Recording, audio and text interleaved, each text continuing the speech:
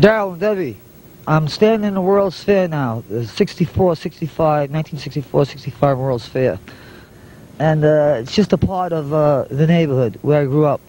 What's behind me now is some of these the shuttles that went to the moon and outer space in the 60s. This is actually a part of the World's Fair. Hi, Debbie. Soon I'll be seeing you.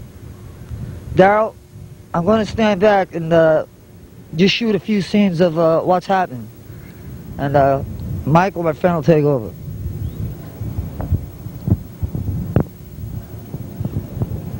What is this? This is just the undercarriage. There's a big piece with the 4 outlets. Jet. And the building you see in the foreground, in the background, is the Signs building. It's really gigantic. And inside, it's still operative. And it's amazing inside there. To the other end, left, oh yeah, you got it there, Bird Sanctuary. If you could pick up on this, it's a big cage. There's all type of birds in there. And yeah, 1964. All these models are left here since the old World's Fair. And if we can get a close-up on this this figure here. It's beautiful. Beyond the tree, out there is a big globe. It stands about 300 to 400 feet high, and we're about to get a tenth of a mile away, I suppose. But it is monstrous, and it's got all the figures in the cutout of the whole world all around it. And down below it is a big pool all around it. Very interesting deep in the back there. Then there's skating rinks and stuff like that. Summertime, everything is open. In the wintertime, not too much goes on. Just the Signs building is open and little things.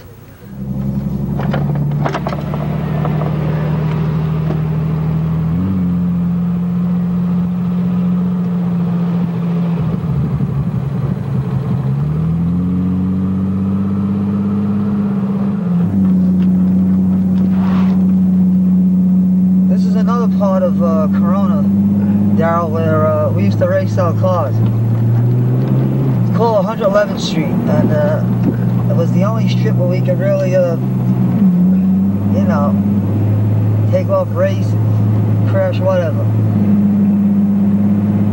And it's still a part of the house. It's still a part of Corona Heights. Daryl, here's where I actually lived all my life. Around this block here, and this is called Corona Heights. And used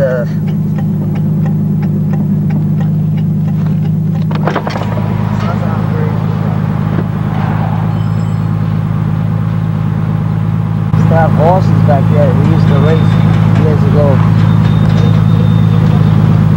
And we're going to go around the block, and I'm going to show you parts of the New York World's Fair.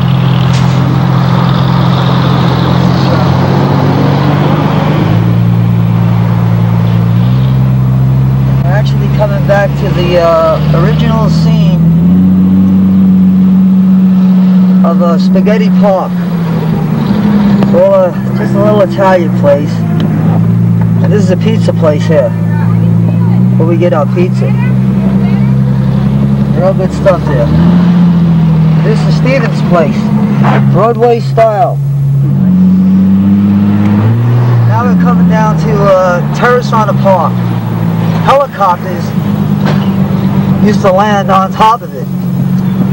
I worked at this place 16 months as a painter and paper hanger.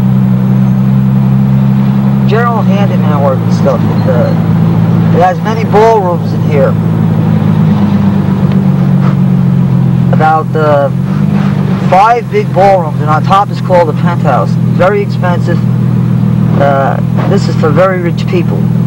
This is still in operation. It's beautiful up there. All the lights are lit on the trees at night in this area. Well, this is the entrance to Terrace on the Park. It's a pretty popular place at the World's Fair still today. Cut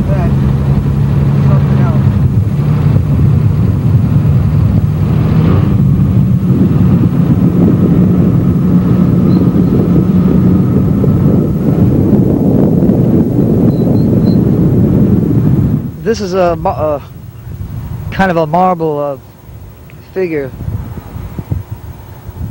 Just saying when the first World's Fair was here, 1939 to 40. And this one is 64, 65. This is actually where we used to hang out every day and every night. You got that way. And this is the entrance, actually, to the World's Fair on the Corona side. Now, on the Flushing Meadows side, which is about a mile over to my left, is the other part of the World's Fair. So this is a pretty big place. And but when it's a Cuban Day or Colombian Day, forget about it. You can't come here. There's no room. They're shoulder to shoulder, and vodka, beer, all kind of rum, and all kind of bags hanging out. You get high just walking through here from the smoke. Here's a good shot of the New York Pavilion. Has an elevator that shoots you up to the top. In the old days, these restaurants are quite a view, and just a funny feeling to see a building that high in 1964. Way, way, way in the background, about 2 miles away, is called the amphitheater, or the swimming area. It's another beautiful place that we used to walk there and swim and work out in the gym every day. And coming here to the left, you could see like the distance of what it really is today. But years ago, this was all trees and monuments. They have cars buried here and vaults. Back there's the world, and this is all horses stuff. Daryl, I'm approaching the car now, and as you can see, Terrace on the Park. It's just another site from a different angle. Actually, this is my little load here. This little Toyota. And really serves me well. It's a hell of a little car. These are the grounds where we used to hang out in the old days. Right now, it's not about hanging out. I do it natural.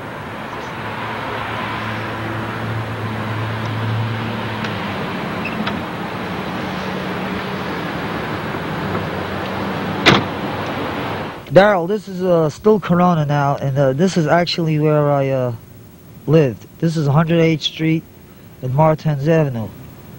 And this little house next door, my father bought in 1943, I think. I was a few years old there. And from the porch and stuff, it looks probably a little modern, but you should have saw it in the old days. And next to it is a little church, a Pentecostal church, a Spanish church. They hit the drums and all this crazy stuff at 12 o'clock at night. I don't understand what kind of religion it is. In any case, he hears the drums. But the neighborhood up here is partially Italian, a lot Spanish. It's a nice place, but not you got to deal with the 4 seasons here, and winter is about the only killer. As you can see, you get a shot at trees. The trees have no leaves on them at all, and today is a pretty good day, considering it's about 52, 54 degrees. To show you, well, see if Grandpa's in the garage. Just notice he wasn't in the house, so this is where you walk from that house to the one here.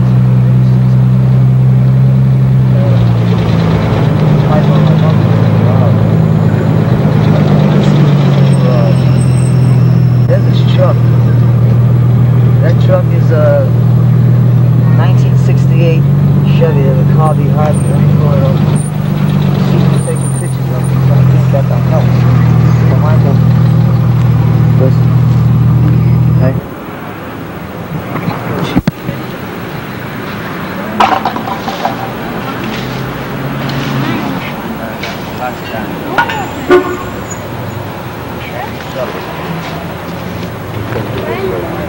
Get done over here, by the time you get done over there, you'll be starting over there some other place.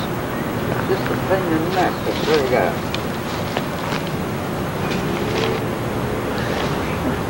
Explain to him. Come It's to your heavy, book. honey. Yeah. I'm sending this tape to California to my son and his wife, Yeah. Debbie. And that's why you want to get me in? And I got the World's Fair, I got the house where I grew up, the lot. And You make it. I'll give you a little tour of the garage here, and I'll show you 60 years of parts and accumulation that Grandpa went through. Over here, as you can see, there's all parts. If you need any, you'll have to come to New York. There's everything here, and only God knows what's buried under this. And in here, as you can see, Grandpa's fine. You see all the hoods in the back there, Volkswagen hoods.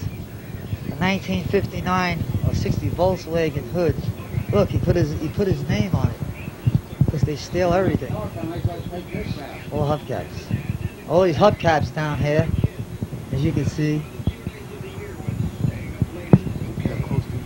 And this is the inside of the garage, if you could see it. Years ago we used to work in here, but this is just to keep his car in. If you could get in a little deep, like you see all the stuff up there on the shelves. Would it catch all those parts up there, Mike? Got parts up here for 55 Chevy grill, old taillights. And remember also, Look up. Can you get the belly stove? who don't have many of the things we take for granted. Yeah, see if there's any kind of light you can put on. The stove is over here, with a flute with a saws hanging on it. It's got this cardboard in the way, but you can't hardly see it. But that's where I used to get heat years ago, from that little belly stove. And up here, as you can see, all around to the end is all who knows what. And here's the air compressor and stuff. This is all the spraying equipment. This is his bench of tools. Whatever. Just take the whole wall. You can take him too if you want. Now, this wall is an important wall. There's a little history here. Dad, where's the Tucker 48? Michael, get this picture. Move back. The picture, Tucker. Daryl, in 1948, Grandpa put this picture up on the wall of the 48 Tucker from the newspaper. And it's real funny to look back at it today, that it's still there. As you can see, his license and stuff as a used car dealer. And there's a lot of history in his garage. It's been in the family so many years, forget it. There's things here that you'll never believe exist. Here's a picture here of Uncle Ronnie's 1937 Buick that he bought, all crushed. A big tree fell on it and crushed the whole top. And Grandpa worked on the whole car, was rusted down to the ground. They rebuilt the whole motor, new tires, wheels, about 20 coats of lacquer. And he got rid of that about 10 years ago. He used to use it for weddings, but they put their fingers on it and get lipstick and junk inside of it. So his new one is a 29 Cadillac. Not around. It's at his house in Long Island. But back to the garage. These are all the parts and just nuts and bolts. If you need a battery, here's one here. Here's a picture of Grandpa's Pontiac. It's been in the family. My uncle died some years back. He got killed by a car, and my father's had it about 10 years. And walking out here to the side of it, take a picture of the car. It's a nice clean car. It's pretty, this car's mint. It's got low mileage and he hardly uses it. It's a good little Pontiac. That's his pride and joy. It runs Ace. We're still in Grandpa's garage. This is looking at a house that great-grandpa built many years ago, probably in the 40s. And next to it, if you could see above that store, there's another house that he had owned during the war. He owned about 8 houses. Some of them he lost because there was no money then, and the bank confiscated them back. Here's a brick house, an old brick one that is still standing. He built that one too. But material was hard to get in those days, and still it's standing, but it's part of great-grandpa's work. At the end of the garage here, Grandpa's garage, if you could see, there's a gutter that drips water down into the a 50-gallon drum, the blue drum, and that's where he's been getting his water all these years. It drips on top of the piece of steel, and it's bent, and it pours back into the barrel. So he uses the water to clean up for cars and stuff like that. But this is the actual garage, and this is it. He built this all himself. This is the front of the car, of the body shop. Actually, it's just a view of the body shop and his car. Okay, good. Grandpa's classic little truck with 65,000 miles. That he's a wise guy. He don't care about shit. I'm mad at him. He can't hear me. But this truck is a real beauty. Sometimes I like to just we need a bop, if you know what I mean. Shine it up, pal. Shine it up. You can wave the magic wand. Yep. This truck did so much work. This moved half the family. And the parts that have been put on this truck, forget it. Everybody tries to convince him to sell it, but you can't get the truck again. So, this is part of the family too. 6-cylinder, that's all it is. But it's a nice little truck. Alright, as we're walking out, Daryl, as you can see, there's the entrance there, where my car is. And those signs on the fence, no parking anytime, are brand new, but the people in the neighborhood just tore down the neighborhood. And as you can see, across the street, there's a blue truck there that the Jewish people have a furniture place.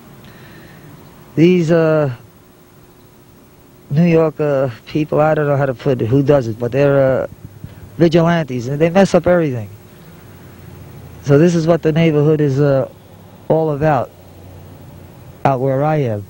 Nothing strange, but here's a little car right outside of Grandpa's garage that I think it's 64 Comet Ford, 63. I think it's 64, but and one of the fellows across the street owns it, but you hardly see them around the street like this out here. There's not a little shot of the front. Really no big thing, but it's just funny to see a little old car hanging around here. Drove my father wondering if he's going to give us 100,000 or not. Don't get funny, he's going to flip out. He's got a lot of power, Jack. A lot of power. But the size of the land is pretty nice. But what do you do with it? It's good for the old time. What he started out with was dealer. He got his dealer's license, and there were cars all lined up here back in the 50s. Across the street from my father's house of the school that we all attended. Actually, what you see here is a new structure that's going up. I suppose it's going to be a part library and school too, because they're overcrowded in the classrooms. They got like 38 in each room. I want to take a turn here. Just no big deal really. It's just the school that I had gone to. All of us, all my brothers and sisters, PS14.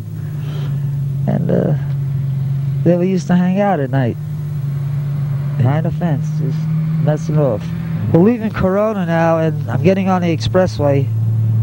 Oh, actually, yeah, a Long Island Expressway that goes from the Long Island Sound, about 125 miles going the other way back, and this way is going toward New York City. And I live about 3 miles from Grandpa. So I take a ride to my house and just get a view of the house, a couple of things. That'll be it. There's where it splits off. It's just Queens Boulevard. It's just an expressway to New York City. Yeah, just some scenery on top of the mall, J.C. Penney's, A&S, stuff like that.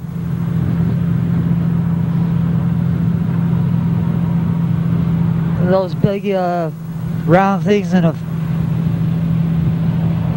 foreground, background, are gas tanks, natural gas tanks. These are the gas tanks. And it's got leaves all around it, steel leaves that go all the way up to the top. I know. This is where I'm cutting off Maurice Avenue to where I live, and the rest of it goes to New York City. Brooklyn, Queens Expressway to New York, Brooklyn, and the rest of the deal out there. Can't see too much out there in the foreground. What's that? No, it's just a. This is the diner, Clinton diner that Robert De Niro was in when he played in Goodfellas. They came here to Mass Visit Queens. So we're approaching my house down here. This is really a business industry. There seems to be a little problem up ahead there. Somebody might have threw a body over the train tracks or something. And I like to do a violate here and cut through if I can make it. Get them. Yeah. I gotta turn here. There. Somebody probably took a quarter of somebody. There's another body shop here, right here. And this is approaching my block. So this is where I dwell since 1978 or 79.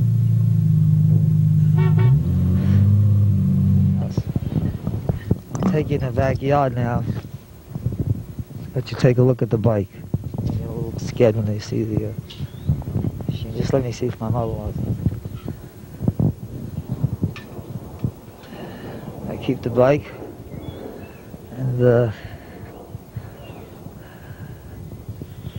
really, I'm going to uncover this for a while and put this down.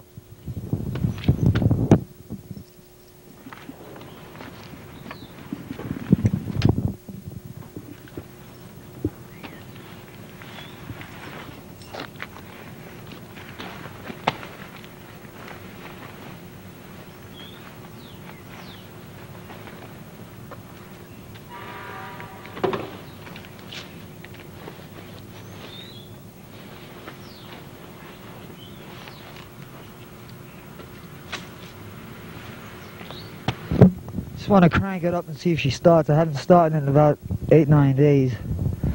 See what happens. I took it off the side stand and let it sit straight for a while. Get this guy going. And